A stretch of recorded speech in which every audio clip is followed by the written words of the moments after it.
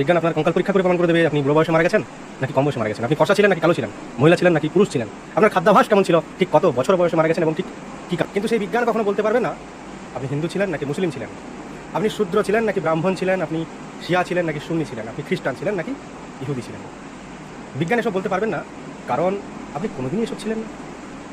বিজ্ঞান যদি এটা জানতে পারে যে আপনার খাদ্যাভ্যাস কি ছিল, আপনি পুরুষ ছিলেন না মহিলা ছিলেন, আপনার পিতা কে ছিলেন, তাহলে এটাও বিজ্ঞান বলতে পারে যে আপনি হিন্দু ছিলেন, মুসলিম ছিলেন, খ্রিস্টান ছিলেন, ইহুদি ছিলেন, জৈন ছিলেন, কি ছিলেন। পুরাতত্ত্ব এবং নৃতত্ত্ব বিজ্ঞানীরা এই তত্ত্বগুলোকে মানুষের সামনে তুলে ধরে।